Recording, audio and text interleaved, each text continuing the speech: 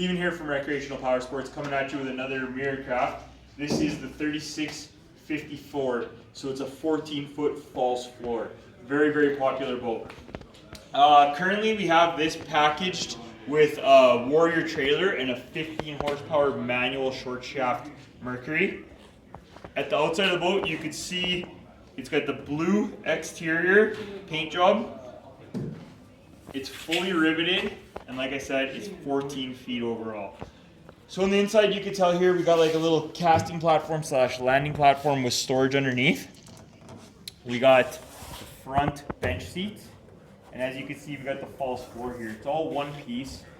It's got no exposed hardware except for where it's mounted on the side.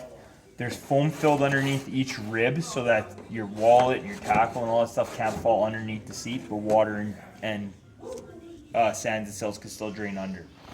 If you come to the back, in the middle, brand new this year, is the new storage box. Lots of room in there. You can see we got the rear split back bench.